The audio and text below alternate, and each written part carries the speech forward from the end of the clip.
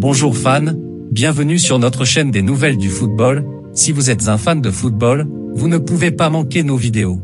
N'oubliez pas de vous inscrire à notre chaîne et activer la cloche de notification pour ne rien manquer de nos mises à jour. Maintenant, passons aux choses sérieuses. Les commentaires de Cavani sur Cristiano Ronaldo expliquent pourquoi Erik ten Hag voulait qu'il sorte du club.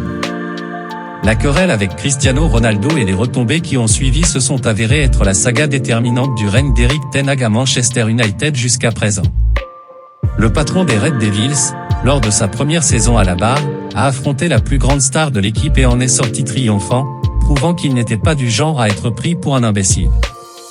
Dans cet esprit, certains anciens commentaires d'Edinson Cavani ont refait surface et pourraient expliquer pourquoi ten Hag était si désireux de se séparer de Ronaldo. S'exprimant en mai de l'année dernière, Cavani a admis qu'il pensait que ses propres jours à Old Trafford étaient comptés après l'arrivée de Ronaldo.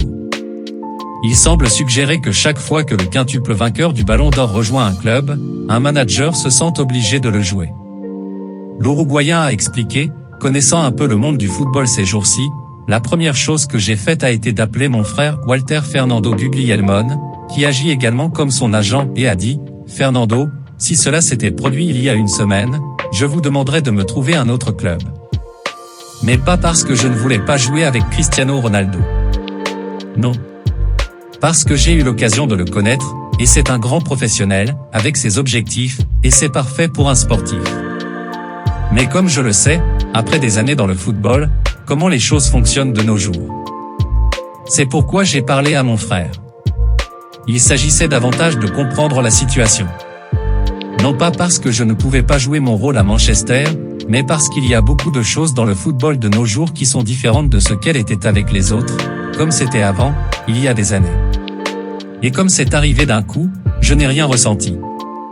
J'ai pensé, on va jouer, faire du mieux qu'on peut. Cavani a été l'un des premiers à ressentir l'impact du retour de Ronaldo à Old Trafford, l'international uruguayen ayant eu la gentillesse de céder le maillot numéro 7 à l'ancien joueur du Real Madrid. L'arrivée de Cristiano Ronaldo a eu un impact sur le temps d'Edinson Cavani à Man United.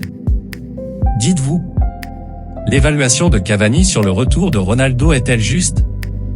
Commentaire ci-dessous. Il est parti le même été que ten Hag est arrivé, mais Cavani peut regretter de ne pas être resté étant donné que le Néerlandais n'a pas souscrit à la théorie selon laquelle Ronaldo doit commencer chaque match et jouer chaque minute.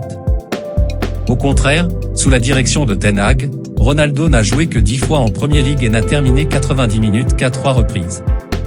Ce qui est peut-être le plus frappant, c'est à quel point United s'en sort en l'absence de Ronaldo. Les Red Devils n'ont cessé de se renforcer depuis la résiliation de son contrat et se retrouvent désormais 3e du tableau à seulement 5 points de la première place.